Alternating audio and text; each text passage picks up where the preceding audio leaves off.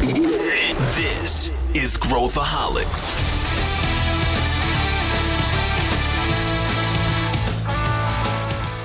Olá, aqui é Pedro Weingärtner, eu sou o CEO da ACE e esse é Growthaholics, o podcast para quem adora inovação e empreendedorismo. Hoje nós vamos falar sobre construção de novos negócios na vida real, sem filtros. A gente já falou sobre Venture Building aqui no Growthaholics, mas a gente nunca falou sobre o aspecto profissional, as pessoas por trás da construção de negócios no mundo corporativo. E a gente tem muita coisa para falar sobre esse assunto. Para a gente dar uma perspectiva direto das trincheiras, a gente trouxe o Rodrigo Carazoli, que é gerente geral de inovação, novos negócios e da Assolab Ventures na ArcelorMittal, e o Rubens Aguiar, que é BizDev aqui na Ace Cortex. Vem com a gente! Estou aqui com os meus amigos Rodrigo Carazoli, que é gerente geral de inovação, novos negócios e também da Assolab Ventures na ArcelorMittal. Que cargo, hein, Rodrigo? Seja muito bem-vindo aqui ao Growthaholics. Muito obrigado, Pedro. Eu agradeço aí demais, é um prazer estar aqui com vocês. Prazer também rever o Rubens aqui. Assim como muitos brasileiros, eu também sou fã de podcast, né? Inclusive, outro dia li que o Brasil já é o terceiro país do mundo que mais consome podcast aí, e eu sou um ouvinte assíduo do Growthaholics também, tá? Então, não sou marinheiro, é a primeira vez que eu estou aqui, mas eu não sou marinheiro de primeira viagem, não. Conheço aí bastante já. Você já está sênior aqui no Growthaholics. E eu tô aqui também com o meu amigo, esse sim já participou, já é vou dizer que é veterano para não entregar a idade dele. Rubens Aguiar, que é do Ace Cortex, né, que é Business Development Manager, também conhecido como BizDev. Tudo bem, Rubi? Bom dia, pessoal. Tudo ótimo, Pedro. Obrigado aí. Mais uma oportunidade de estar junto com o time aqui. Carazoli, super prazer da gente estar junto, a gente que está nos bastidores aí se falando tanto e desenvolvendo novos negócios. Super prazer de estar com você aqui. O tema hoje é Corporate Venture Building, a gente vai explicar o que é esse conceito e tal, mas os dois, quando eu entrei aqui, me falaram o seguinte: Pedro, a gente quer falar de Corporate Venture Building na vida real. Como é, o que é difícil, o que acontece, E eu achei lindo, é isso que a gente quer aqui para o Growthaholics, é exatamente esse tipo de abordagem que a gente quer. Para a gente dar um passo para trás aqui, definir o que significa isso sempre para os nossos ouvintes, a gente gosta de explicar do que a gente vai falar. Então, vamos falar um pouquinho o que é CVB. O que significa esse termo? O que significa Corporate Venture Building? Jogo para vocês aí. Quem quiser pegar, pega essa. Bom, posso puxar a bola aqui e vamos fazendo a dobradinha aqui, Rubens.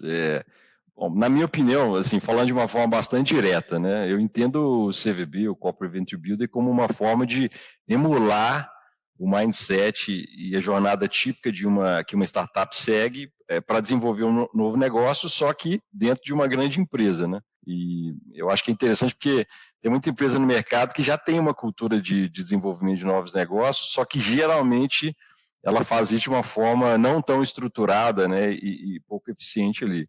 Então, o CVB ele ajuda a tirar mais valor dessa estratégia, porque ele estrutura processos, ele traz metodologias, né, e isso permite criar uma fábrica serial de desenvolvimento de novos negócios, sobretudo utilizando ali o foco do cliente, né, como um driver que na prática não é tão comum, apesar de, né, parecer óbvio, não é tão comum, e talvez esse seja aí um dos maiores aprendizados que as startups trouxeram para as grandes empresas, né. Então, começando aqui a aquecer, Rubens, passar para você complementar aí também, ó. Não, perfeito. Acho que é perfeito o seu comentário, sua visão. Então, você usar de métodos que não são os métodos tradicionalmente utilizados dentro da corporação para desenvolvimento de novos produtos, por exemplo, mas desenvolver novas frentes usando, por exemplo, métodos ágeis, né? Cliente no centro, então ter essa visão de cliente no centro, como você disse, e ao mesmo tempo que você está desenvolvendo algo novo que pode ou não dar certo, então a cultura de experimentar, de prototipar, como você bem trouxe, Carazoli, você está ensinando o time, né, que está na execução e que está acompanhando esse processo a pensar e atuar de outra forma também. Então tem esse lado muito forte de trazer uma nova visão para corporações, como o caso da ArcelorMittal e outras empresas que já têm um modus operandi bastante bem estabelecido, né?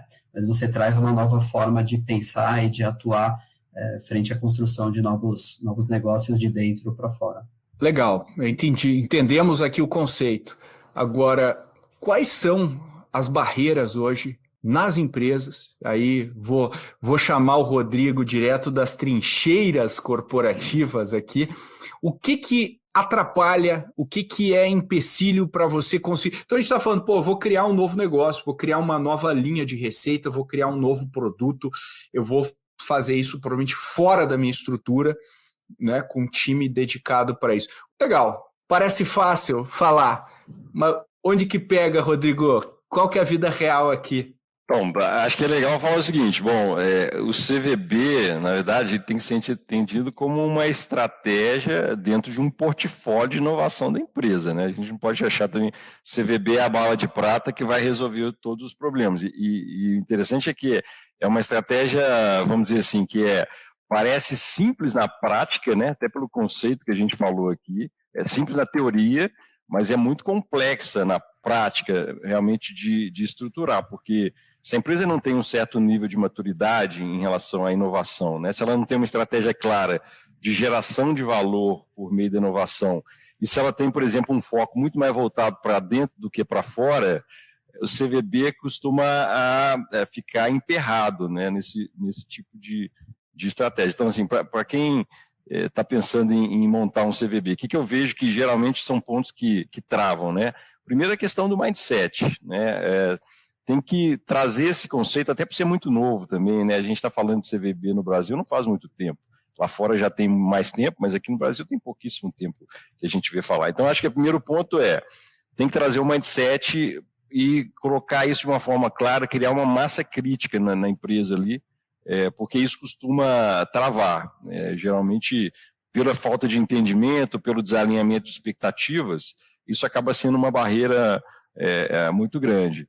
Outro ponto também que costuma travar a questão da governança, né? Porque se você colocar a governança do CVB na governança usual de uma grande empresa, esses novos negócios não vão nascer nunca, né? Eles vão entrar ali numa rota de colisão com outros negócios, e até porque nós estamos falando aqui também de novos negócios inovadores, né, pessoal?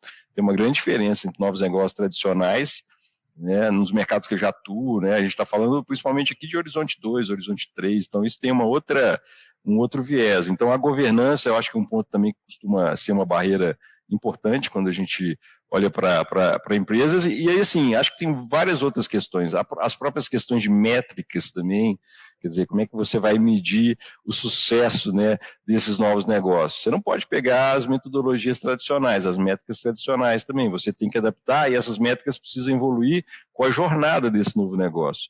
Então, geralmente quando eu vejo que a gente está começando, esses são alguns dos pontos que costumam pegar bastante, assim. A questão técnica em si, eu acho que ela, nesse caso, ela é muito relevante, mas ela é menos, uma barreira menor, né? Aprender o que como fazer, acho que é uma barreira super relevante, mas é menor em relação a essas outras questões que são mais, costuma travar mais, né?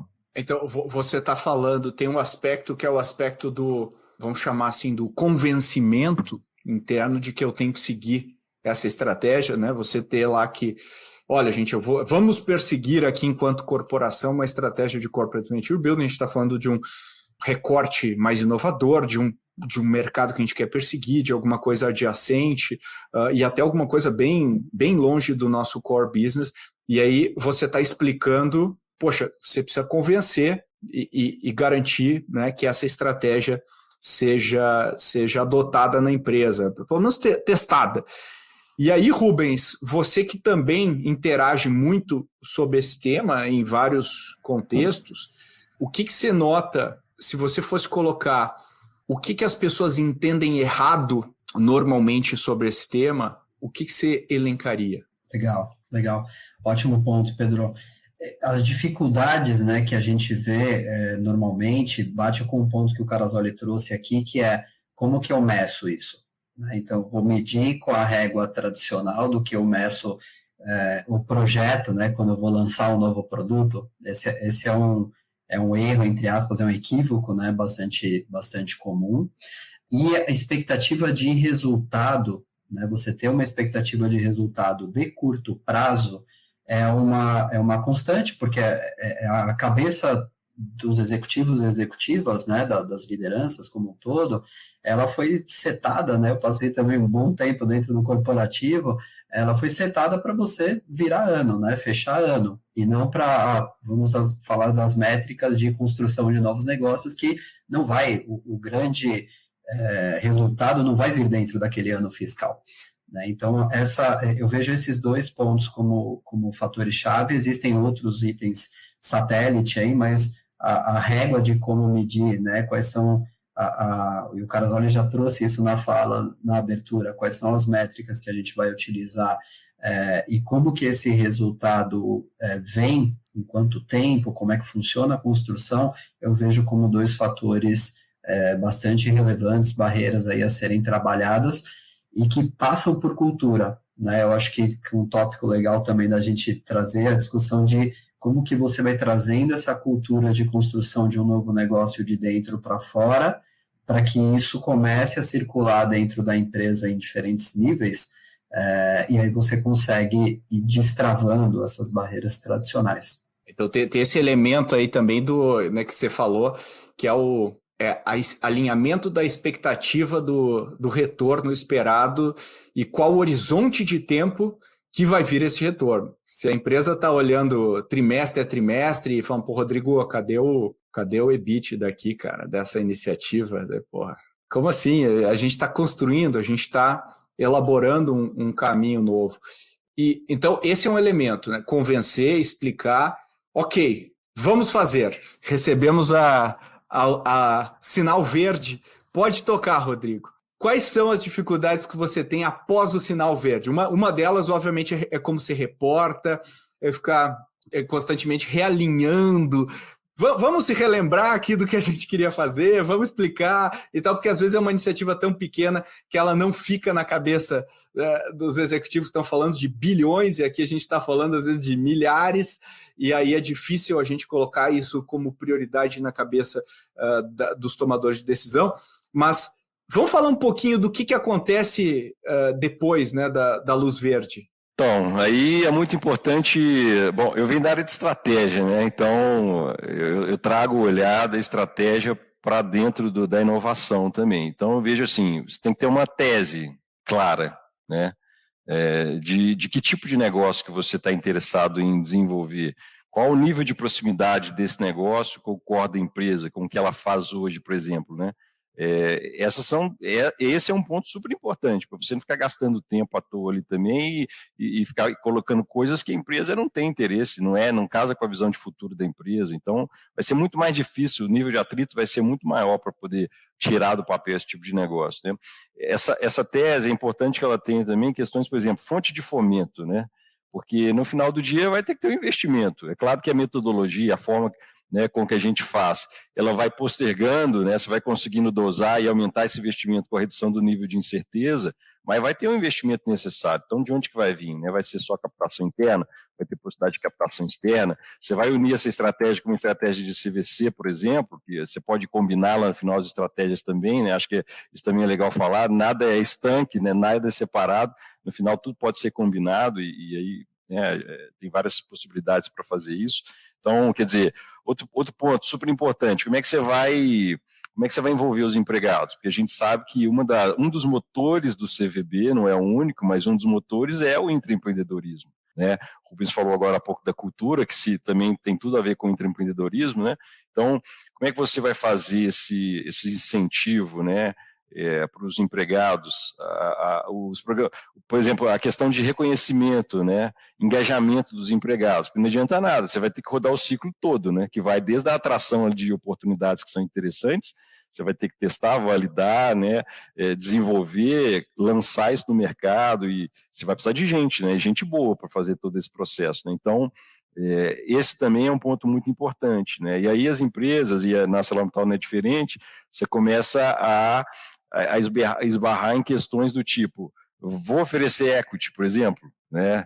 vou ter todos, né, empregados de grandes empresas têm lá já o seu sistema de avaliação, né, anual, geralmente, né, com bônus. Você vai, então, fazer uma mudança, né, desse sistema para se adequar a essa nova realidade, porque até então as empresas, né, em geral, têm dois tipos de carreira, vamos dizer assim, carreira técnica e carreira gerencial, né?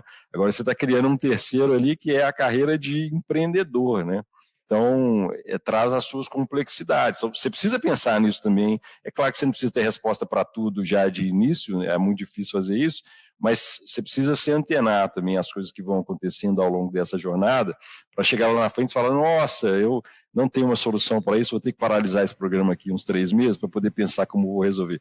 Existe isso no jogo, a bola rodando, mas você pode se antenar algumas coisas, e a questão do empreendedorismo é um motor super importante aí para o CVB realmente decolar. Olha quanta coisa legal você falou aí, hein, Rodrigo? Essa coisa de dar uma parada, vamos segurar um pouco, não existe nesse tipo de iniciativa. E é uma coisa, eu acho que às vezes você trouxe muito aqui o elemento humano.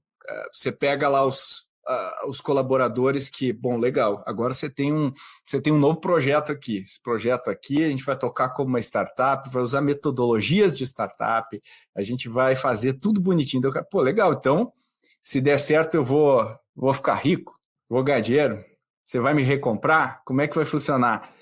Tem 2 caminhos, a empresa pode falar sim, e eu vou demitir você agora, né? E você vai ser full nessa startup aqui, eu vou investir nela e ela vai pagar o teu salário. E você vai administrar isso. Vários colaboradores falam, não é isso que eu quero. Não é isso que eu quero. Eu quero, né, alguma coisa no meio do caminho. Então, a gente já viu isso acontecer várias vezes. E tem outro elemento também, que é a empresa não sabe, né? Como você falou muito bem, Rodrigo, não sabe lidar com esse novo elemento. Mas peraí, cara, eu sei pagar bônus, mas isso aqui é bônus. Não, o cara vai ganhar, ele é sócio dessa iniciativa. Isso é uma coisa muito difícil de pensar, porque as empresas elas acabam pensando muito no downside, né? Se der errado, e quanto que o outro cara vai ganhar, não quanto que eu vou ganhar enquanto empresa. E eu acho que isso é a equação completamente errada. E acho que você também vê isso, né, Rubens, no seu dia a dia. Não, totalmente. E, assim, um ponto bem importante que o Carasoli trouxe você não vai sair com tudo zerado, você não vai sair com tudo resolvido no pré, né? Você vai fazendo alinhamentos desde o pré-início da jornada, mas você continua esses alinhamentos ao longo da jornada. Então, um ponto-chave que eu vejo, por exemplo, o Carasoli junto ao time dele fazendo é interagir com o time de RH, com as lideranças, né, envolvidas ali no RH, para ir construindo isso a várias mãos e não levar uma surpresa ao longo da jornada. Agora eu vou fazer uma spin-off aqui, pessoal, me ajuda aí, se virem aí para resolver. Não é assim que funciona. Então, você vai fazendo o alinhamento, né? E parte dessa jornada, o que eu vejo em diferentes setores, você vai fazendo adequações ao que já existe dentro da empresa. Então, exemplo do bônus, né, que você trouxe, Pedro. Existe um bônus, existe uma regra. Os melhores casos que a gente vê, você adequa os entregáveis daquele processo que você tem colaboradores passando por uma nova atuação ali, uma nova forma de atuar dentro de um projeto de construção, de CVB, e você adequa, essas são as métricas, e isso vai te garantir o bônus, sim. E as métricas vão ser bastante diferentes do que eram as métricas desse time até o período anterior, nas funções anteriores e responsabilidades anteriores.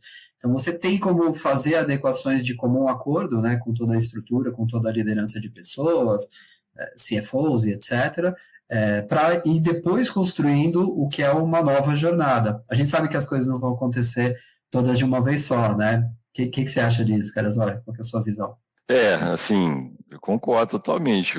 E ainda tem um ponto que é adicional, que é o seguinte: esse perfil empreendedor, se você pensar bem, geralmente, como ele não é muito explorado na empresa, as empresas nem sabem exatamente o quão empreendedor ali são os empregados, né? Então, e em geral, as pessoas realmente, né, até em volume, as mais empreendedoras, elas não estão dentro da empresa, né? Elas não, são perfis diferentes, assim, né? O perfil empreendedor não é um perfil que gosta ali de ter a segurança da CLT ali, né? Pode até ficar por um tempo, talvez até para ter ali o recurso para montar o seu negócio, mas é um perfil inquieto, as pessoas estão o tempo todo aí tentando criar novos negócios e tudo. Então, acho que também passa por isso, um processo de descoberta interno e de desenvolvimento das pessoas, né, de dar oportunidade para que elas possam, às vezes tem alguém ali que sempre sonhou em ter um negócio, né, então descobrir quem são essas pessoas, né, e não forçar a barra ali para, quero te transformar no empreendedor, o cara nem pode querer ser empreendedor na vida dele, entendeu, não adianta você querer forçar a barra, então acho que tem esse ponto também, que a gente coloca. A gente tem um exemplo, né? Que a gente abriu, nós temos alguns, né? Vocês estão até com a gente, vários nos ajudando aqui. A gente abriu um processo interno, né? Colocamos lá como se fosse uma vaga, né? Assim que você abre uma vaga para analista, sei lá, de marketing, de logística, abriu uma vaga lá para quem gostaria de entrar no novo negócio. E a gente foi surpreendido, tivemos lá 30 pessoas que se inscreveram, né? A gente depois foi fazer o processo de análise, né? De entrevista, análise de perfil, e assim, a gente se surpreendeu com a história das pessoas, sabe, que elas contavam, o histórico, assim, delas, né, de empreendedores e empregados, assim, ao mesmo tempo. Então, acho que também tem esse ponto, né, de dar o poder para as pessoas e descobrir, na verdade, algo a mais sobre essas pessoas que até então a gente não sabia, né. É isso que você falou, eu achei fantástico, Rodrigo. E uma pergunta em cima disso que você falou.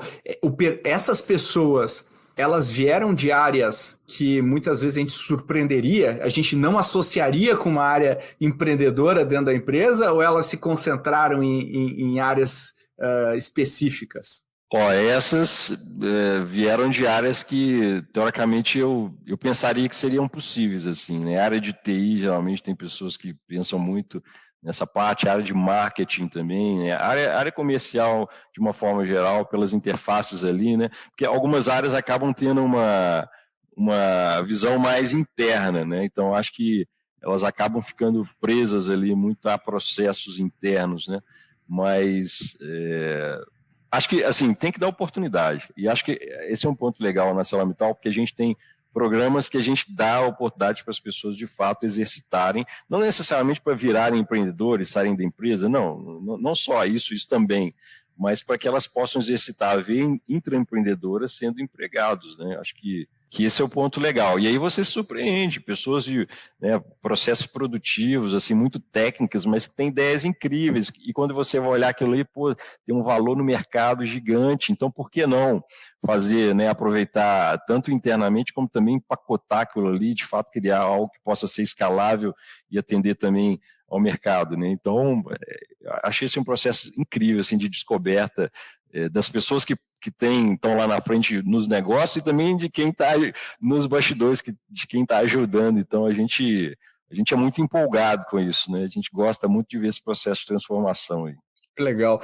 E essa é uma forma, usando os intraempreendedores para fazer uma forma, mas eu também posso trazer gente do mercado, o que também traz um outro pacote de complexidade, né? Não é mais fácil, é outra estratégia. Como é que você vê isso, Rubens, do ponto de vista e depois eu queria ouvir o Rodrigo também. Qual que é a melhor estratégia? Existe a melhor estratégia? Óbvio que a resposta geralmente depende do que a gente quiser fazer, tem fatores aí do grau de inovação, grau de especificidade do produto ou do projeto que a gente quer construir, mas como que você vê trazer pessoas de fora para colocar nesse projeto, e pode ser 100% tocado dentro de casa, 100% tocado pessoas de fora, ou um modelo híbrido, onde você vai ter pessoas de dentro e pessoas de fora da empresa. Como é que você vê isso, Rubens? Perfeito. Bom, a resposta depende mesmo. Tudo tem prós e contras, né? Então, acho que a questão é pesar prós e contras e testar. O que a gente vê, né, pela recorrência que a gente tem de projetos que vão para frente de CVB, olhando para esse Cortex, né, a gente vê que o modelo híbrido sempre é aquele que traz mais benefícios. Então, você tem um time misto de quem veio de fora, né, e tem um olhar não enviesado e quem tem o know-how da empresa e tem histórico, você mesclar essas habilidades, visões e perfis é um cenário que traz mais benefícios historicamente. Às vezes você começa híbrido, às vezes você começa com um time só interno e depois futuramente traz gente de fora, e o inverso também acontece. E aí cada cenário tem seus desafios, né? Então a alocação de time interno, né, Carasoli, sempre em todas as corporações é uma questão que você leva um tempo até discutir. Vocês abriram, por exemplo, no seu exemplo, uma posição interna, e você tem um tempo de entrevistar as pessoas, trazer, negociar com as áreas uma eventual saída.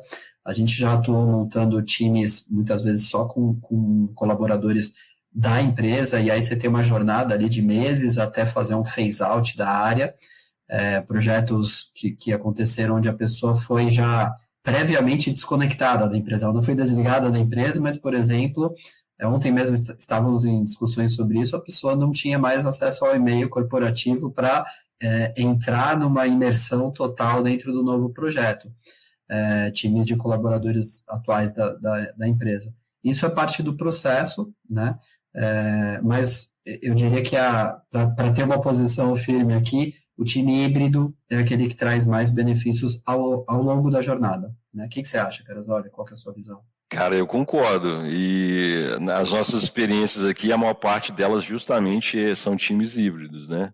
E assim, é o que você falou, não acredito que tem um mundo perfeito. Todos os modelos vão ter prós e contras, né? No modelo híbrido, a dificuldade que a gente vê na prática é que as políticas de incentivos são diferentes, né? Porque esse empregado, ele não vai ser desligado, em geral, já no primeiro momento. Ele vai fazer uma jornada até esse negócio, pelo menos, ser validado, ser lançado ali, começar as primeiras vendas para ir, de fato, a decisão, né, ali do desligamento e tudo. Então, enquanto isso, ele continua sendo um empregado. Ele vai ter os incentivos, e quem está de fora não tem os mesmos incentivos, né? Então, modular isso é complexo. A gente já viu casos, né, do pessoal de fora sair, por exemplo. Né? O engajamento do pessoal de fora, eu acho que é muito mais difícil até, porque, né, hoje a gente está vendo o mercado de inovação, apesar de todos esses ajustes que a gente está vendo aí no mundo tech, o mercado de inovação continua forte, ele, né, continua demandante, e boas pessoas sempre vão ter boas oportunidades. Então, é complexo, né? A gente tem que pensar bem mesmo como fazer essa equalização aí para lá na frente ser surpreendido uma pessoa-chave saindo do negócio e aí você tendo aí que, né, voltar algumas casas aí para fazer o negócio não desmoronar, né? Eu queria puxar um gancho com o seu comentário, Carasoli, que o mercado está aquecido em inovação como um todo, e a gente vê dentro de Ace Cortex 2022 e 2023 vindo na sequência com força, assim como anos, né, 2 anos ali muito fortes com a visão de CVB. Parece que existe a gente rodou pesquisas, né, ao longo de 2022, e você tinha lá aproximadamente metade das empresas respondendo que já tem alguma iniciativa de CVB, mas a gente vê uma conexão entre empresas muito fortes, buscando conhecer mais, né, muitos participaram de certificações, até da própria Ace Cortex, e buscando conhecimento com outras empresas para poder investir nessa frente também. Então, é realmente um mercado bastante aquecido e em construção, né? A gente vê anos e anos à frente aí, com boas construções acontecendo, e a maior parte das empresas que responderam já começar com algum tipo de atuação ainda estão entre 1 e 5 iniciativas, né, ou projetos, ou frentes de atuação. Então, é um portfólio ainda nascente, né? É uma exceção, você tem lá menos de 10% das empresas que falam, tivemos 10 iniciativas ou mais. Então, tem essa questão do mercado aquecido e de exploração, é o momento de explorar isso. A gente ainda está cedo na curva do CVB. Exato. Certo? Exatamente. Eu acho que esse é o ponto aqui. Tem também o pessoal interno, Rodrigo, tem uma curva de aprendizado, tem uma curva para conseguir entregar resultado que vai ser diferente de uma equipe já experiente, que já sabe entregar produto, já sabe fazer. Então é um trade-off que a gente acaba fazendo. Eu quero mais velocidade, mas talvez menos retenção dessas pessoas, eu vou ter mais dificuldade até de achar o talento, ou eu vou lidar com essa curva aqui, não só para esse projeto, porque esse projeto pode acabar, certo? Esse é um projeto que a gente sabe que... Mas o talento que está por trás do projeto a gente formou, são pessoas que podem ir para o próximo projeto e a gente reciclar esse talento e trazer essa competência para dentro da empresa. Por isso que eu gosto muito dessa visão do time híbrido. Eu gosto, embora seja difícil de lidar, eu acho que acaba trazendo um dinamismo diferente para o negócio. Como é que você vê a questão da incorporação de novas competências para essas pessoas de dentro da empresa, uma vez que mesmo as pessoas que estão tocando as áreas de inovação, muitas vezes não têm também esse nível de experiência para tocar esse tipo de projeto, que são coisas muito específicas e em cada projeto o conjunto de competências também muda. Como é que você vê isso, Rodrigo? Cara, perfeito. Eu acho assim, tem a competência para estruturar os processos, né? E tem a competência para tocar o negócio lá na ponta, né? E essas pessoas, às vezes até vejo pessoas da minha equipe, por exemplo, que tem um perfil que eu falo assim, opa, daqui a um tempo a fila vai andar. E eu acho ótimo, na verdade, porque a empresa não é dona da carreira das pessoas, né? No passado tinha essa visão, né? A empresa é dona da carreira, eu que mando como é que você vai se desenvolver. Não, cada um tem o seu caminho, tem as suas perspectivas ali, tem sua visão de futuro, né? Então, eu vejo com ótimos olhos, e ótimos olhos, inclusive, no sentido de atração dos talentos.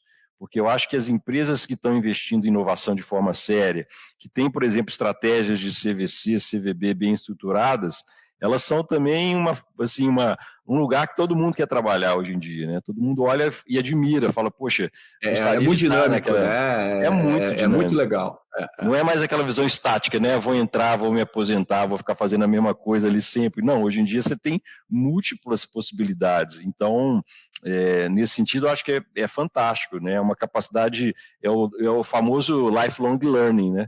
Então, é a garantia que você vai ter sempre emoção na sua vida, nunca vai ser um tédio, e você vai ter vários caminhos possíveis ali, como você falou, até mesmo se aquele negócio não der certo, por exemplo, essas pessoas que saíram das áreas, né? Recentemente, agora nós temos um caso que 2 pessoas, essas que se inscreveram nesse processo, 2 saíram das áreas e vieram para a minha área, né? Eu vejo como provisório, porque estão no negócio agora, mesmo se esse negócio não der certo, já estão super, vamos dizer assim, habilitadas para partir para o próximo, e elas têm esse interesse. Eu acho que esse é o ponto. A ficha já caiu para elas, né? Elas querem, o bichinho dos novos negócios ali já picou essas pessoas. Então, a volta eu acho que é muito difícil, né? É um caminho complicado. Eu acho fascinante isso, Rodrigo, e nas experiências que eu tive, eu queria ouvir também o Rubens, que várias delas foi junto com o Rubens.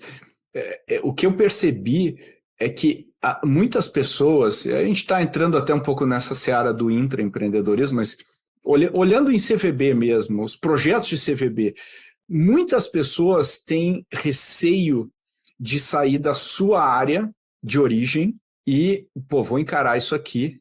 E a gente sabe que alguém passa 6 meses, 1 ano, a área de origem se dá um jeito, né? Se resolve, ou traz outra pessoa, ou as coisas se acomodam. E aí eu não tenho mais para onde voltar. Quando eu vou encarar isso, não tem para onde voltar. E, na minha experiência, o passe dessa pessoa, quando ela passa por essa construção, ele se valoriza, ele não desvaloriza. A pessoa tem uma sensação de que o tempo está passando lá, mas ela está se tornando muito mais competitiva, muito mais rápido do que o resto da empresa, em termos de velocidade de desenvolvimento. Queria ouvir vocês nisso, e eu queria ver se eu nunca vi um caso, Rubens, em que a pessoa mergulhou num projeto CVB, e aí ela falou, agora não tem mais jeito, e a empresa fala, a gente não, esse perfil aqui eu não consigo aproveitar. Muito pelo contrário, está todo mundo querendo perfil mais empreendedor, e as áreas brigam por essa pessoa geralmente. Eu não sei se isso foi só na minha experiência, quero ouvir o Rubens, quero ouvir o Rodrigo também, se vocês também vivenciam isso. Legal. Legal. Como você disse, né, Pedro, vários a gente vivenciou juntos, né, ao longo dessa jornada. Nunca vi também alguém que mergulha no negócio e vai para o fundo, normalmente mergulha e depois sai voando, né? Esse perfil fica muito nítido.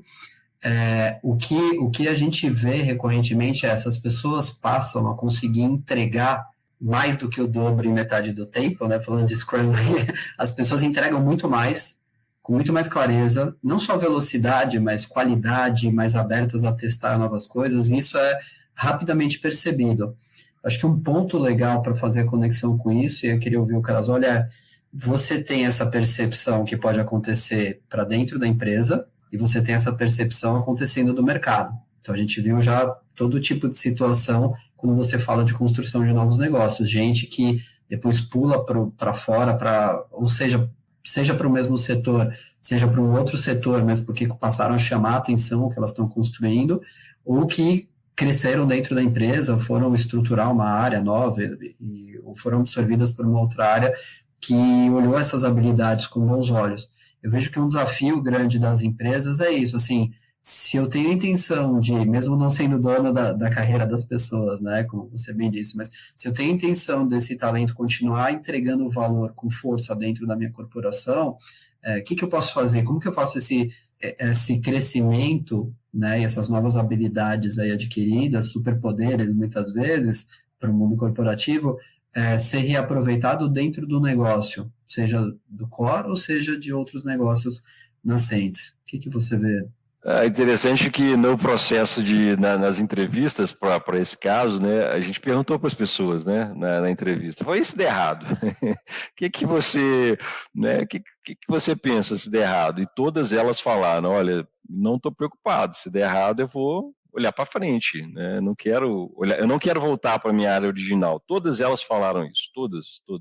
Ninguém falou assim, se der errado eu gostaria de ter a segurança de voltar para o que eu fazia antes. Não, ninguém falou isso. Então, daí que eu falo do perfil, né? Esse perfil é um perfil que toma risco, né? É claro que cada um tem um nível de risco, né, que pode tomar, acho que isso aí, a vida de pessoal de cada um influencia muito, mas todos têm uma inclinação a tomar risco, que é no final do dia, o perfil do empreendedor nada mais é do que isso, tem alguém que está disposto a assumir um risco por um propósito, e é claro, junto com esse propósito, um benefício que vai vir ali, né? Mas eu vejo assim, essa jornada, ela ajuda essas pessoas a lidar melhor com a complexidade, né? E pessoas que conseguem se desembolar ali, né? Pessoas criativas que conseguem realizar, né? E esse perfil é super desejável, né? Quem não quer alguém que tenha uma capacidade criativa, né? Não só uma capacidade boa criativa, mas uma capacidade de realização também e lidar com essas complexidades aí que a gente vive no nosso mundo aí. Então, assim, realmente é um perfil muito desejado. E na ArcelorMittal, a empresa sabe disso, né? Então, e a gente, inclusive, combinou com eles, né, de outras opções futuras de oportunidade, caso aquele negócio não dê certo, né? O pessoal, por exemplo, desse grupo foi para o Vale do Silício, ficou 3 meses lá, sendo inundado lá com aquele ambiente, então volta transformado, né? São outras pessoas, né? Então, acho que são preocupações que o pessoal não tem, sabe? E a gente quer que eles cresçam realmente, né? Eu acho que você falou tudo aqui, Rodrigo. É uma questão do perfil comportamental, que é o perfil da pessoa. E perfil não se muda. Você não tem. Você até pode colocar algum comportamento empreendedor em qualquer pessoa. Mas eu acho que tem um perfil core ali, o perfil fundamental que ou você é mais tomador de risco e a sua percepção de risco é diferente. E eu, por exemplo, eu empreendi a minha vida inteira, nunca tive carteira assinada. Eu tenho uma visão do que é risco muito diferente da maior parte das pessoas. Eu enxergo o risco de outro jeito, né? E eu acho que essa possibilidade de construir negócio dentro de casa provavelmente, para a carreira, é um dos negócios mais legais. Agora, para a empresa, vamos voltar aqui para a empresa. CVB, né? A gente, obviamente a gente acredita nisso, mas se a gente for olhar casos interessantes de CVB que vocês gostem, O mercado pode ser internacional. Onde que vocês olham para se inspirar? O que vocês já viram de grande geração de valor para uma companhia que você acha, poxa, tá aqui, ó, se eu estou defendendo essa tese, esse é um caso que eu vou usar para defender a minha tese. O que você diria, Rodrigo? Cara, tem vários casos, né? Isso é interessante. E tem casos internacionais, né? Tem até um relatório da Bundle lá que tem, acho que mais de 100 casos até antigos, assim, que você olha de empresas grandes, mas tem casos aqui também próximo, né? A gente vê, hoje quando a gente olha para a Ambev, por exemplo, que eles construíram com o Zé Delivery, pô, um super case, super inspirador, assim, acho bem legal, né? Já conversei com eles aí várias vezes sobre isso. Quando você olha para a Cirela também, tive lá conversando, né? Cirela, grande cliente da ArcelorMittal, grande parceiro, estive lá conversando com o Juliano, né, e a equipe lá, pô, fantástico também, de onde saíram, né, e quando você escuta da boca deles, né, a jornada, é isso que nós estamos falando aqui, cara. É juntar um grupinho pequeno de pessoas com uma visão de futuro, que acreditam que podem realizar, construir aquilo ali, é a corporação ali, né, ajudando, né, trazendo o benefício que ela pode trazer e também sem atrapalhar, acho que esse é um ponto importante, né, porque o tamanho, né, tudo que uma grande empresa tem, pode ser usada para impulsionar, mas pode ser usada também, acabando não ajudando a impulsionar o negócio, né? Então, acho que são cases fantásticos, e são cases que estão rodando aí, que estão numa rampa de crescimento, né? Estão crescendo aí muito a cada ano, né? E acho que são inspirações, Pedro. A gente está com alguns rodando aqui também, vocês estão conosco aqui, no super, né, parceiros nossos, a gente espera já agora, começo do ano, ter aí o nosso primeiro lançado e eu espero que seja também um case aí que possa inspirar outros colegas. Eu sou o cara do benchmarking, quem me conhece sabe, eu adoro aprender com os outros, não tenho o menor problema em falar isso, né? E eu faço muito benchmark, converso muito com meus pares aí, heads de inovação de outras empresas e tudo. E hoje, assim, quem não está falando, né, quem já não tem, está pensando, está planejando em ter, né, o CVC, acho que é muito forte, a gente viu nos últimos anos aí crescendo muito, apesar de ser também uma estratégia antiga, né, e o CVB, são duas coisas que a gente mais escuta hoje no ecossistema aí, são essas duas estratégias, né. Eu acho bem legal o que você trouxe, caras, olha, a gente olhar cases daqui, porque a inspiração, quando é muito distante, né, se a gente falar tudo do Vale do Silício, não fica tão empolgante para quem vai entrar numa jornada dessa. Então, quando a gente fala do Zé Delivery, que nasceu dentro do Ambev, quando você fala de uma lavanderia Omo, por exemplo, dentro de Unilever, quando você fala desses casos regionais, né, potencialmente no Brasil ou Latam, mas que estão mais próximos e que a gente está vendo a evolução deles, eu entendo que o impacto de inspiração é mais forte, né? Inclusive no report que a gente lançou esse ano de CVB, a gente traz alguns cases também nacionais, justamente com essa visão de inspiração. Então, gosto bastante desse ponto que você trouxe.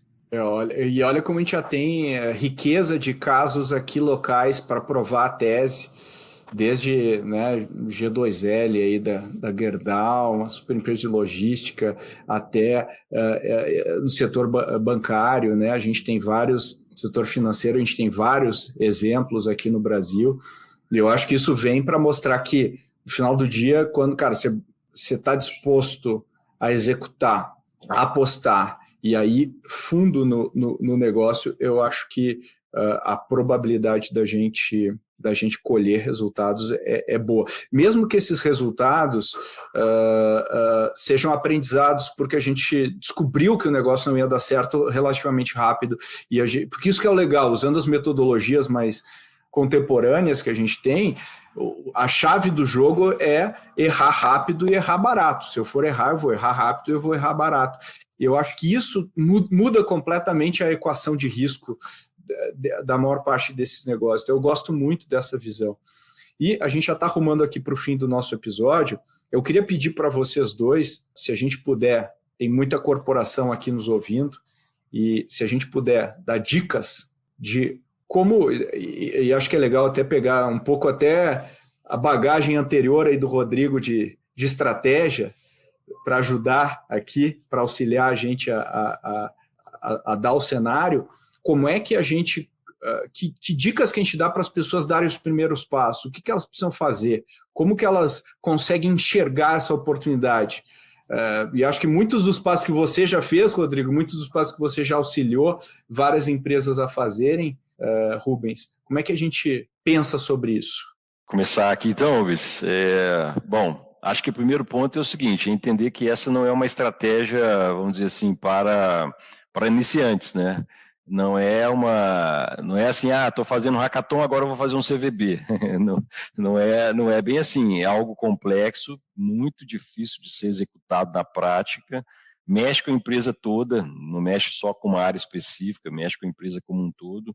Então, assim, é legal ter já um certo nível de maturidade, né? Ter adquirido uma certa maturidade em termos de inovação, né, para poder lançar uma estratégia desse tipo para que ela seja bem sucedida. Acho que esse é um ponto. O que nós estamos falando aqui não é fazer vamos dizer assim, lançar um novo negócio por soluço, que eu costumo falar, né, um espasmo, lancei um novo negócio e pode ser até um negócio bem sucedido. Não é isso que nós estamos falando. Nós estamos falando aqui, como a gente falou lá no comecinho, de criar uma máquina serial de novos negócios, algo sustentável. Então, ou seja, processo. É mais uma competência, não é um isolado, né? Não é um isolado. Então, isso exige tempo, né? Isso exige mexer com a cultura, como o Rubens estava falando também lá no começo. Então, acho que a primeira conclusão assim, que eu acho que tem que tirar é, cara, prepare-se, faça uma jornada ali, tenha uma certa maturidade para entrar nesse jogo, né? Porque isso não é um jogo porque na verdade é o seguinte, existem vários benefícios, mas existem também os malefícios, né? Que a gente não falou aqui, porque você pode queimar uma iniciativa na sua empresa e depois para resgatar ela, cara, demora muito tempo, porque ninguém mais quer se envolver, porque, né, já se criou ali uma certa barreira interna de que esse negócio não funciona, que esse negócio é para um tipo específico de setor ou para um tipo específico de companhia. Então, acho que a questão da maturidade é super importante. O alinhamento de expectativas, sempre, né, não só no CVB, de uma forma geral, porque se você perguntar, né, para 5 pessoas o que elas esperam de uma estratégia de CVB, cada um deve falar alguma coisa, né? Eu quero um resultado para amanhã, eu quero lançar uma empresa aqui que vai ser, sei lá, vai virar um unicórnio no mercado, eu quero... Então, assim, alinhar as expectativas e trazer esse contexto de aprendizado também que você falou, né, Pedro, que é super relevante. Eu acho que é muito importante o alinhamento de expectativas, o alinhamento dessa estratégia, dessa iniciativa com a estratégia da empresa, não dá para descolar, né? Falar, isso aqui vai ser um negócio, eu vou criar negócios a esmo aqui, sem ter uma linha, né? Que nem precisa estar ligado com o que já existe hoje, mas pelo menos com o que a empresa visualiza de futuro, né? Futuro possível. Acho que esse alinhamento com a estratégia é extremamente importante. Esse mindset do aprendiz, né, porque é uma iniciativa que você vai aprender o tempo todo, então você não pode achar que você está entrando ali para algo que vai ser uma linha contínua, né, uma melhoria contínua, né, então vou montar um plano de ação lá e eu vou executar essa ação, depois essa, depois não. Aquilo ali vai ser cada dia um aprendizado diferente, né, a gente tem alguns casos interessantes, né, o Rubens conhece, a gente começou com uma ideia, aí foi lá no mercado conversar com os clientes e descobriu que eles não queriam nada daquilo. Ainda bem que a gente descobriu logo no comecinho, né? Mas o legal foi que a gente descobriu que eles não queriam aquilo que a gente achava que eles queriam, mas eles queriam outra coisa que a gente até então não estava na linha de frente ali como uma oportunidade de negócio, e a gente pivotou esse negócio para essa nova oportunidade que foi recorrente, né? E é legal porque vai tendo você vai vendo um padrão de repetição, né? A gente viu esse padrão de repetição acontecendo a partir do momento que a gente fazia as entrevistas. Então, acho que essa questão aí da abertura, né, do mindset aprendiz é muito importante, do foco do cliente também, porque no final do dia você não está desenvolvendo uma solução, você está, né, resolvendo um problema ali, né? Então você tem que ter o foco do cliente, que é quem vai pagar a conta no final do dia. Esse engajamento interno, muito importante também, principalmente se o intraempreendedorismo for a força motriz do CVB, então é importante demais criar essas estratégias que possam não só engajar no começo, mas manter as pessoas engajadas ao longo dessa jornada, que não é uma jornada curtinha, uma jornada que vai demandar aí um grande tempo e esforço. E eu falaria mais também, né, a gente falou da questão das métricas, super importante, e a questão da governança, né, gente? Governança chave mesmo, porque ela pode ali, né, eu quero, para provar isso aqui, eu quero um business case super robusto, com dados, né, que mostrem no mercado isso aqui já funcionando. Não vai existir na maioria dos casos, né? Então, essa governança ela precisa ter essa cabeça aberta, tomada de decisão rápida e saber lidar com incerteza, que ela vai ser muito alta no início e ela, com a metodologia, ela vai caindo ao longo do tempo e você vai conseguir ir tomando decisões mais assertivas, inclusive de investimento mais à frente, né? Eu falaria isso aí. Perfeito. O Carlos falou tudo, eu ia fazer só um comentário, então eu vou plugar no antes.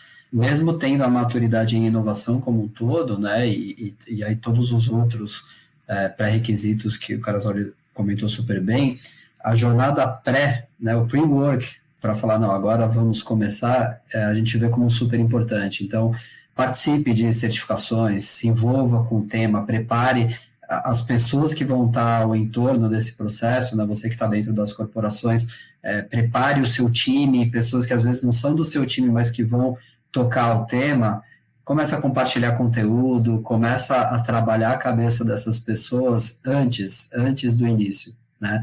E aí você tem uma fluidez muito maior no momento que você vira a chave, mesmo depois de ter todo o investimento, mas você vê o processo fluindo de forma consistente e com menos atrito e ruído dentro da corporação. Então, esse pre-work que nasce dentro do time que vai capitanear essa jornada, mas que vai se espalhar por outros times que vão se envolver, como o Pedro bem disse, né, mexe com outras áreas, você compartilhou essa visão também, Carlos, olha, eu acho um fator chave de sucesso, e aí somado a tudo que você trouxe. E aí a gente não combinou nada, mas também vou fazer um jabá aqui da ACE.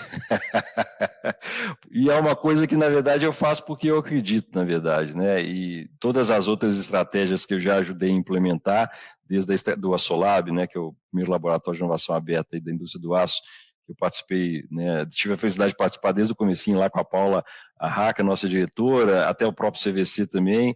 Eu sempre acreditei em parcerias. Eu acho que são formas de você não queimar na largada, vamos dizer assim. Você já traz um conhecimento prévio e você evita de cometer erros. É claro que a inovação, né, o erro faz parte da jornada da inovação, mas vamos cometer erros novos, né? Aqueles erros que a gente já sabe, que já foram cometidos por outras empresas, outros que fizeram essa jornada e que podem ser evitados, vamos evitar. E aí eu acho que as parcerias são muito importantes nesse sentido, porque a gente já começa num nível mais acima e a gente consegue acelerar muito mais rápido, ou pelo menos com muito mais sabedoria, né, esse processo aí. Então, não combinamos nada disso, quero deixar claro aqui, mas eu também faço esse adendo aí, coloco esse ponto aí adicional. Uma honra, Rodrigo, e digo mesmo, aí vocês são super parceiros e estão fazendo um trabalho muito legal, né? A gente gosta te admira, a gente só chama quem a gente admira aqui, né? Então, parabéns aí pelo trabalho que vocês estão fazendo e já te aproveito para agradecer a sua participação aqui, né, nesse episódio. Obrigado aí pela sua transparência, por ter compartilhado muita coisa legal com os nossos ouvintes. Eu que agradeço, foi um prazer estar com vocês aqui. O tempo voou, né? Nem percebi que já passou o tempo aqui. Papo super gostoso, muito obrigado. Valeu pela parceria, obrigado Rubens também, está aqui nas fronteiras aqui junto conosco, né? Muito obrigado aí, vamos junto aí. E valeu você também, Rubens, obrigado aí por ter compartilhado, você tem aí experiências múltiplas dentro desse tema, obrigado aí por ter novamente aí trazido coisas legais para a gente. Legal, Pedro, super obrigado aí, Carasoli, obrigado a todos aí que nos escutam também, né? Nosso podcast cresce mês a mês, ano a ano, graças a todos aí que estão envolvidos produzindo, quem está nos bastidores aqui da produção também, Bárbara e time, super obrigado a todos.